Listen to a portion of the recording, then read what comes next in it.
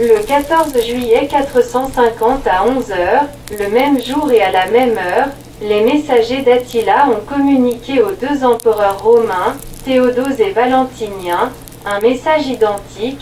Attila, mon maître et le tien, t'ordonne de lui préparer un palais car il va venir. Encore une fois, Attila a tout prévu afin de démontrer aux peuples éblouis la situation dépendante des empires romains. Après cela, tous les rois et les chefs vassaux ont reçu l'ordre de la mobilisation des armées pour une nouvelle grande guerre. On a proposé aux alliés d'expédier des corps de volontaires. Le prestige d'Attila était à une telle hauteur que la mobilisation se passait sans difficulté. Tout le monde savait qu'une grande guerre contre l'Empire romain d'Orient était gagnée sans beaucoup de pertes et que les guerriers avaient beaucoup de trophées et de butins. Bientôt, les premiers détachements venus de l'Est commencent de se concentrer près de la capitale des Huns. En regardant un prince sibérien qui passe devant leur maison avec ses officiers, vêtus de fourrure, Julia tremble. Cette fois, Attila fera la guerre contre l'Empire d'Occident, notre pays. Oreste réplique, c'est la suite inévitable de l'invitation de l'Augusta Honoria. Cette guerre sera absolument légitime. Elle permettra de réaliser enfin l'union des Romains et des Huns. Julia se fâche, cesse de justifier toutes les actions d'Attila.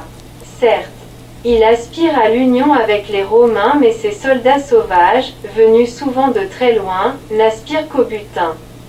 Ils ravageront nos propriétés près de Pétavium. Je suggère à Attila l'invasion en Gaule. Pauvres Gaulois, ils sont aussi nos concitoyens.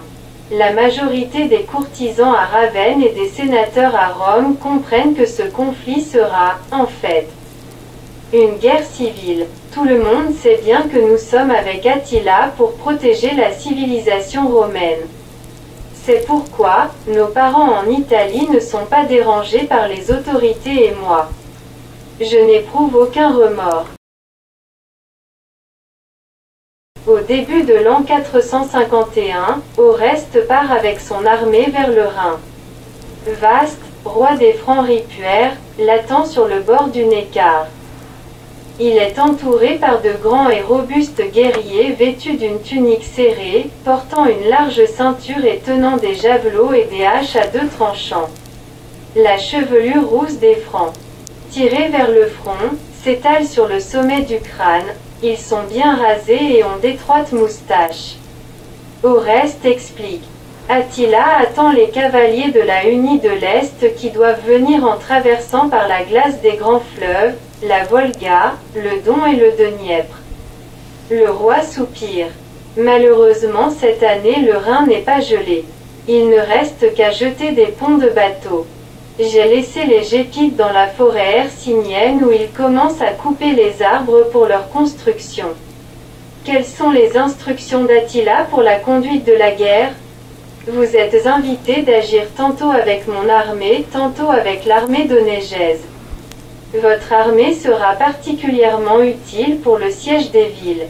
Ardaric, roi des Gépides, est aussi sous mon commandement. Mais pendant notre campagne en Gaule, nous devons épargner toutes les villes qui se rendent sans résistance ou se déclarent neutres dans le conflit entre Attila, invité par l'Augusta Honoria, et Essius qui refuse de reconnaître les droits légitimes de la princesse. Vaste commence à parler avec émotion de ses problèmes. Vous savez que je suis le roi légitime de mon peuple dont le pouvoir est confirmé par Attila, empereur du Nord. Mais mon frère cadet Amareur, soutenu par les Romains, s'est révolté et dirige maintenant une partie de notre peuple. Imaginez-vous, il est devenu un fils adoptif d'Essius et couronné par l'empereur Valentinien à Ravenne. Oreste s'indigne. Essius et Valentinien ne doivent pas se mêler des affaires de votre royaume, membre de l'Empire fédéral du Nord. Les Huns ont fait la guerre contre les Burgondes pour vous permettre de vivre tranquillement ici entre le Rhin et le Neckar. En février 451, Attila commence la Grande Guerre avec l'Empire romain d'Occident. Des centaines de milliers de guerriers de l'armée une franchissent le Rhin et occupent vite la moitié nord de la Gaule du Jura à l'océan. Les adversaires effrayés estiment son armée à 500. Et certains, même à 700 000 guerriers. L'offensive d'Attila en Gaule n'était pas la « guerre de Gaule ». Ce n'était que la première grande opération militaire de la Grande Guerre contre l'Empire romain d'Occident ou même contre les deux empires romains.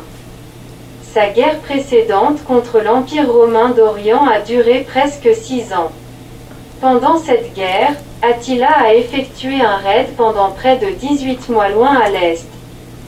Peut-être sur une distance de plus de 2000 km du front balkanique. Attila compte sûrement gagner cette nouvelle guerre à l'Occident sans se presser, pendant quelques années.